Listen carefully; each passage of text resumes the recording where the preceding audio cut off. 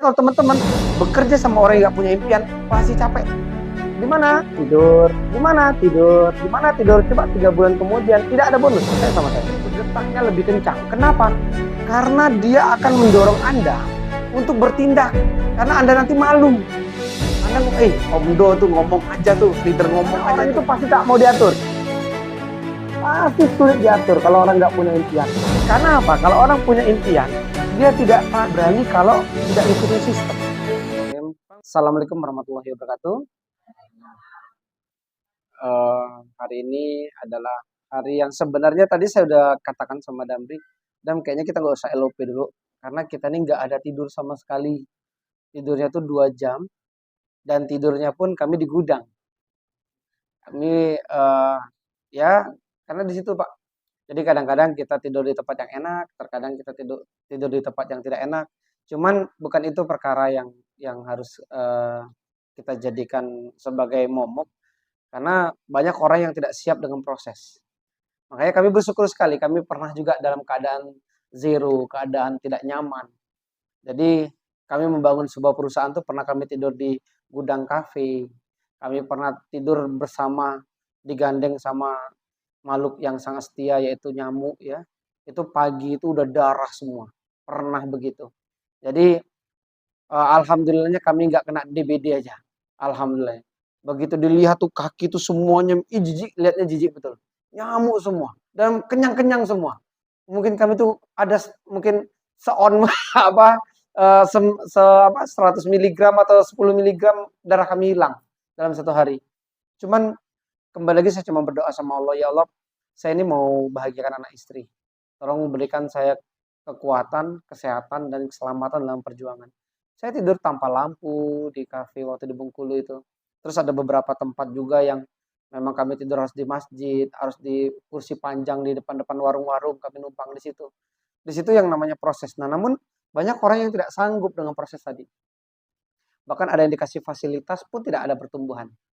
Dikasih fasilitas, dikasih base camp, dikasih air yang bersih, dikasih lampu yang terang, dikasih kompor gas, dikasih pendingin dan sebagainya, namun tidak ada pertumbuhan. Makanya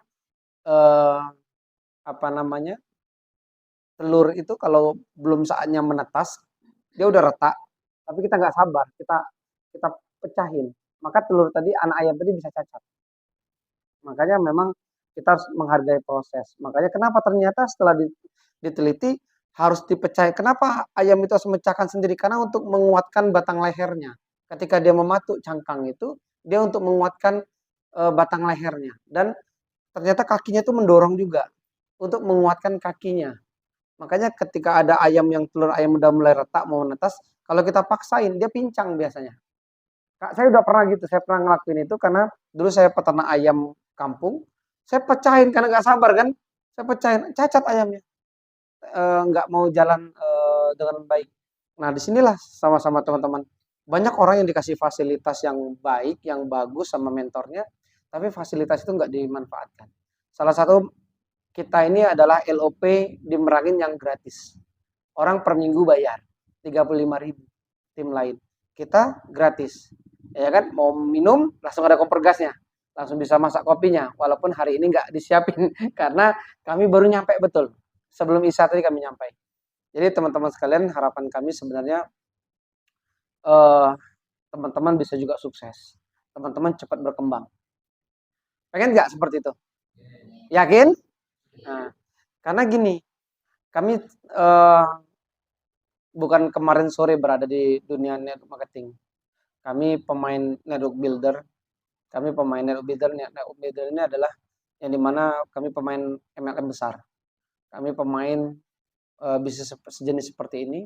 Kami tahu ritme yang bakal gagal itu seperti apa. Kami tahu ritme yang bakal sukses itu seperti apa. Jadi bahkan kami bisa melihat downline itu nggak usah bergerak pun kami tahu dia sukses apa nggak besok di bisnis kami. Dia nggak usah ngomong, nggak usah ngapa-ngapain, ini nggak bakal sukses. Tapi kami selalu support. Karena kita tidak tahu, karena Allah yang Maha tahu, betul nggak? Tapi kami ya tahu karakter ini nggak bakal sukses, gitu. Nah, jadi ada karakter-karakter. Sebenarnya karakter ini bisa dilihat secara kasat mata, gitu ya. Yang pertama adalah orang yang tidak mau belajar. Itu contoh salah satunya. Ketika ada orang yang tidak mau belajar, seminar nggak mau ikut, pelatihan nggak mau ikut, maka orang itu jamin gagal. Yang pertama adalah tidak mau belajar. Tidak mau belajar. Merasa udah ngerti. Jadi dia udah ngerti, pasti yang diomongin ini lagi. Pasti nanti yang dipelajarin ini lagi. Jadi dia udah merasa puas. Paham maksudnya ya? Jadi ini ciri-cirinya. Jadi gampang melihatnya. Di pertemuan, aduh nanti ya, tunggu dulu, ayam saya nih kawin lagi nih, saya menghadiri pernikahan ayam saya nih. Betul nggak? Oh tunggu dulu, ya nenek saya lagi ganti kulit gitu kan. Saya menghadiri penggantian kulit nenek saya dulu. Nah makanya ketika diajak pertemuan banyak alasan, pertemuan banyak alasan, ini salah satu orang yang tidak mau, salah satu yang bakal gagal. Gampang kan? Jadi kalau ada mitranya yang disuruh susah banget, itu loh dia. Tapi kalau ditanya mau sukses nggak sih? Ya mau banget. Mau beli mobil nggak? Mau. Mau lunas kita nggak? Ya jelas saya mau. Tapi yuk belajar enggak gitu kan? Karena dia udah merasa pintar. Nah, jadi pertama ciri-cirinya tidak mau belajar. Nah, yang kedua adalah ciri-cirinya adalah tidak punya impian. Jadi ternyata kalau kita bermitra sama orang yang tidak punya impian, itu sangat sulit. Sulit sekali. Karena orang itu pasti tak mau diatur. Pasti sulit diatur kalau orang nggak punya impian. Karena apa? Kalau orang punya impian, dia tidak berani kalau tidak ngikutin sistem. Paham nggak kira-kira, Pak? Contoh, siapa yang pegawai di sini? Ada yang pegawai, Pak? Ada nggak ada ya? Oh, nggak ada pegawai ya? Suami ibu tadi pegawai. Pensiun di mana? Oh, pensiun ibu bapaknya pensiun BRI. Oke, anggaplah dulu pernah karyawan ya, pernah jadi karyawan. Boleh nggak masuknya? Oh, berarti udah pensiun udah lama ya bapak di sana ya? 16 tahun. Boleh nggak perginya pagi, tengah hari pulang? Terus nggak pulang-pulang lagi kerja? Nggak boleh. Kenapa? Takut dimarahin, takut kena SP, takut kena pecat. Betul nggak? Berarti Bapak ikutin aturan dong. Kenapa takut ikutin aturan itu? Ada yang tahu kenapa Bapaknya ikut aturan? Digaji perusahaan. Ada lagi? Takut dipecat. Apa? Potong gaji yang ditakutin. Diomelin bos. Oke, diomelin bos, takut dipecat segala macam. Betul nggak? Sebenarnya itu benar. Tapi ada yang lebih benar. Anaknya nggak makan. Anaknya nggak sekolah. Jadi yang di pikiran otak Bapak itu anak nggak sekolah. Anak, sekolah anak ya. Sekolah anak, terus makan anak istri, terus tempat tinggal, betul nggak? Listrik. Inilah yang disebut namanya impi. Jadi Bapak punya impian, suaminya Ibu tuh punya impian. Kalau nanti anakku nggak bisa makan, gimana? Betul nggak? Kalau nggak sekolah, itu impiannya. Walaupun anaknya belum tentu mikirin bapaknya. Gitu kan, banyak kan seperti itu kan? Nah, jadi belum tentu. Kenapa? Ini sekolahnya kan itulah yang diimpikan oleh suaminya Ibu. Makanya dia bukan masalah takut dipecat. Kalau dipecat bisa kerja yang lain. Tapi kalau seandainya dipecat nanti mau cari-cari kerjaan lain lagi, butuh proses. Sedangkan makan ini yang penting. Jadi ada goal, ada impian yang harus diwujudkan. Paham maksud sampai di sini? Ya, jadi kenapa Bapak suaminya Ibu betul-betul disiplin? Karena ada impian yang ini. Betul nggak kira-kira? Ada bayaran, ada ini tagihan, betul nggak? Itulah namanya impian. Makanya kalau teman-teman bekerja sama orang yang nggak punya impian, pasti capek.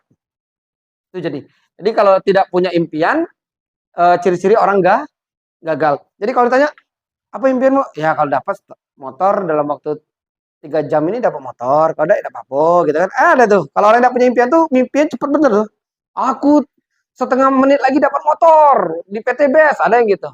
Kita aja ngitung-ngitung kan 3 bulan apa 4 bulan gitu ya. Kalau orang yang nggak punya impian tuh dia ngawur ngomongnya. Aku setengah detik lagi dapat motor di PTBS gitu. Jadi agak ngawur gitu kan. Makanya kalau orang ngomongnya, pokoknya bulan ini dapat. Bulan ini tanggal mana? Bulan ini lagi, ya kan? Bulan depan lagi pokoknya. Pokoknya setiap bulan depan baru dapat. Dapat. Nah, kenapa tidak ada goal setting yang benar? Tidak ada target yang benar.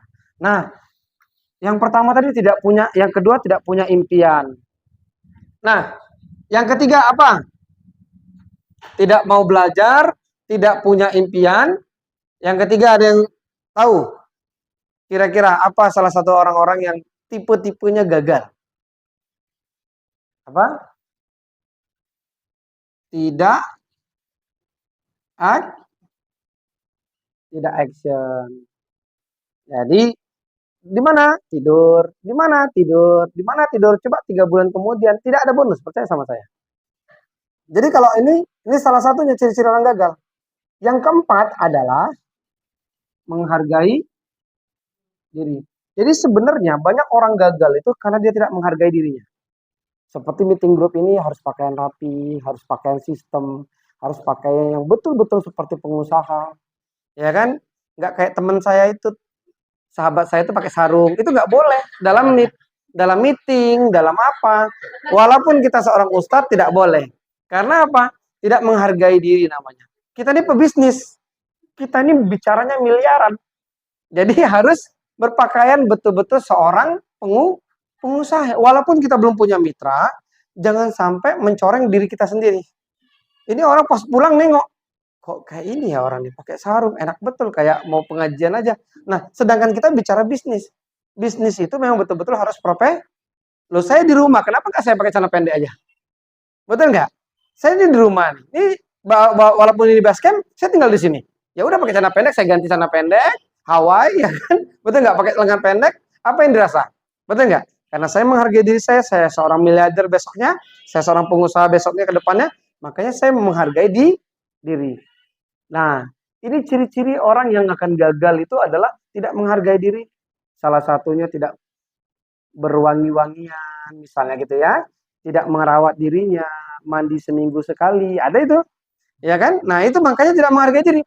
Perfeksionis itu adalah nomor satu ciri-ciri orang miliarder. Adalah perfeksionis. Perfeksionis adalah penampilannya harus perfect. Wangi, rambutnya rapi, terus dia perfect setiap mau presentasi atau mau ngapain dia perfect. Nah, ini menghargai diri. Oke. Nah, yang kelima, ciri-ciri orang yang gagal, ada lagi yang kelima, tidak punya target. Punya target. Saya bulan 3 bulan ke depan saya dapat motor. Ya nanti pas 3 bulan ke depan ya nggak dapat motor. Kenapa? Tidak ditentukan bulannya kapan. Bulan Juni 2024 saya big ambassador.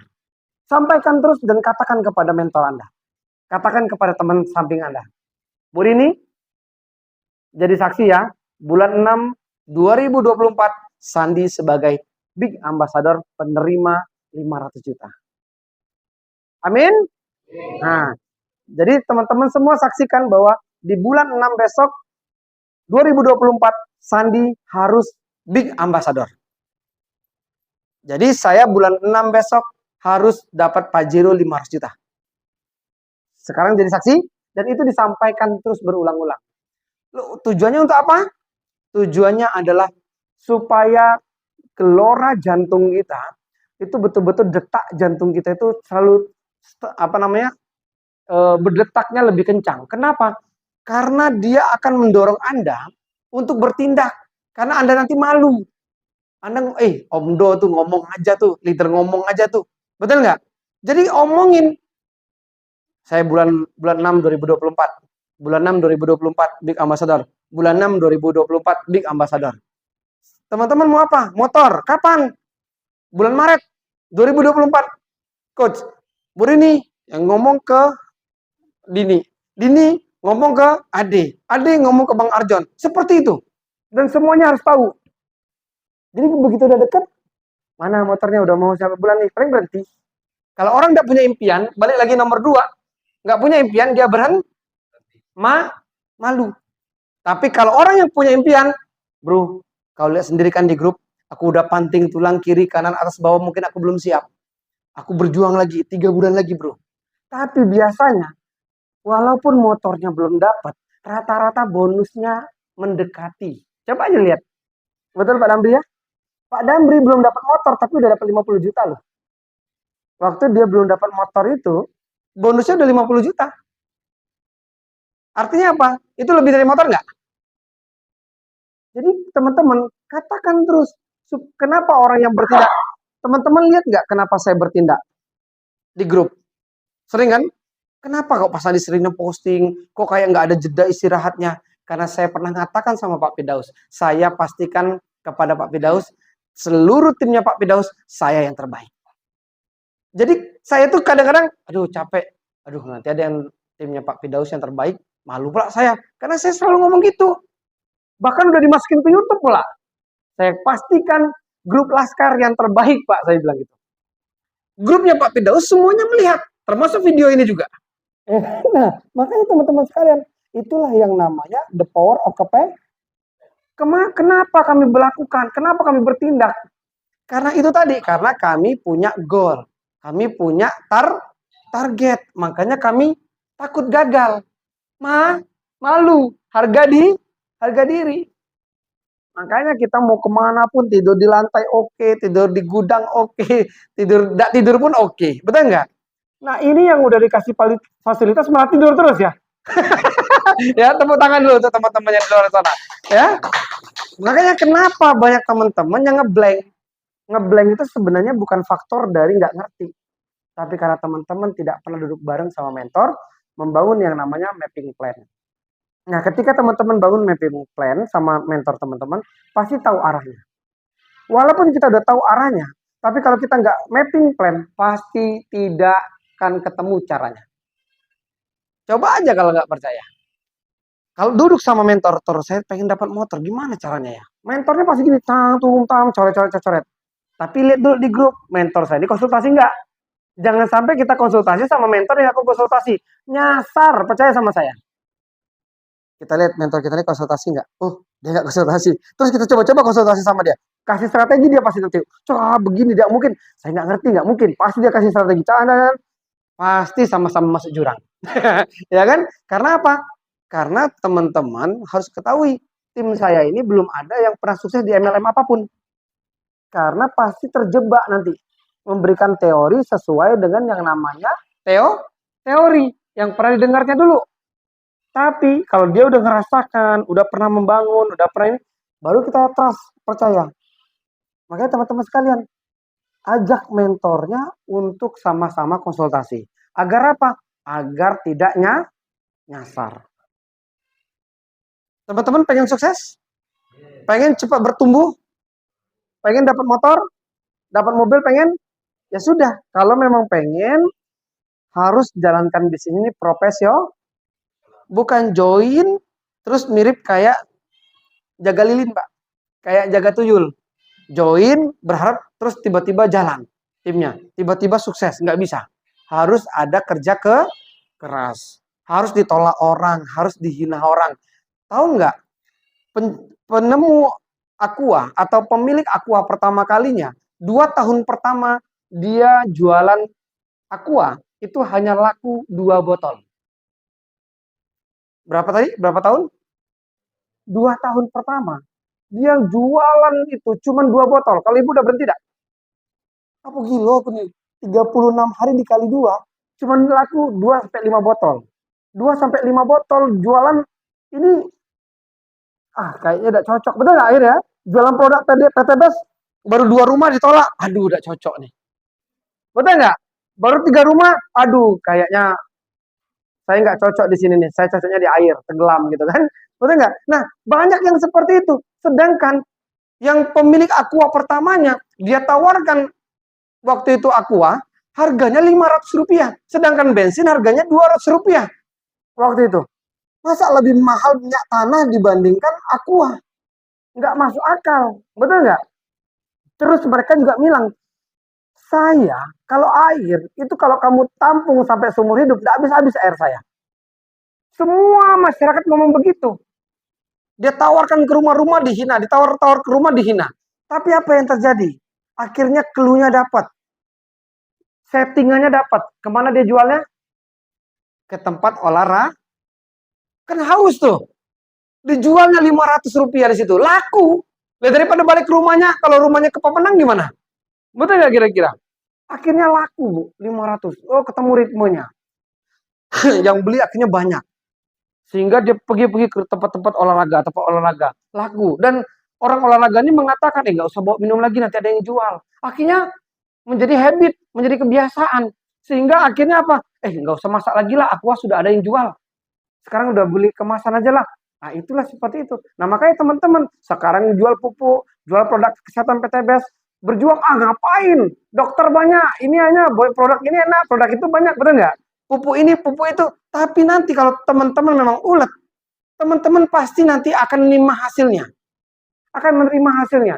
Masa orang mau beli pupuk 6 juta, pupuk kita aja 1.700.000 per hektar. Betul nggak?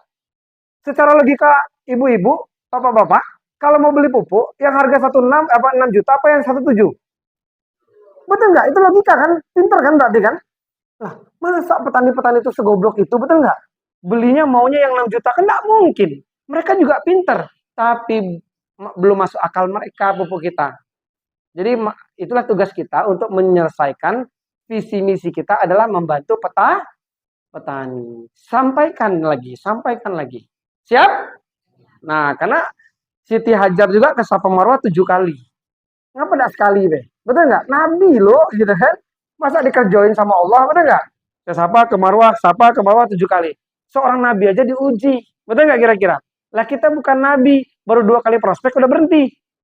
Betul nggak kira-kira? Nah, itu teman-teman sekalian, kalau teman-teman hindarkan ciri-ciri orang gagal, maka teman-teman pasti sukses. Siap?